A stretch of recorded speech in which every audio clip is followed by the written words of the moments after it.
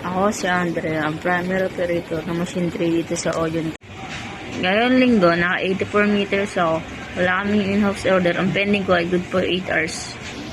Sa consumables ko, nag-consume ako ng isang bottle ng ink white at isa rin sa powder. Nandito ang use annual supplies namin. Updated ang vendor report as of kahapon. Wala naman po kaming kulang ngayon. Ito po yung printer head area.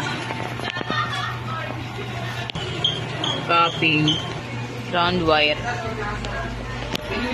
at AVR plug. Ganito naman po ang tamang pag-headwind.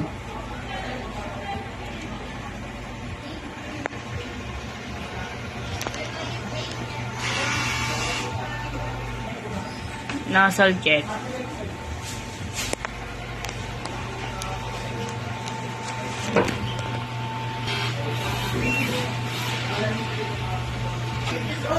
Nandito naman po ang aming ink tank area. Ang last disposal ng waste tank ay kahapon. Nililinis ko yung printer every 5 meters kaya maayos ito.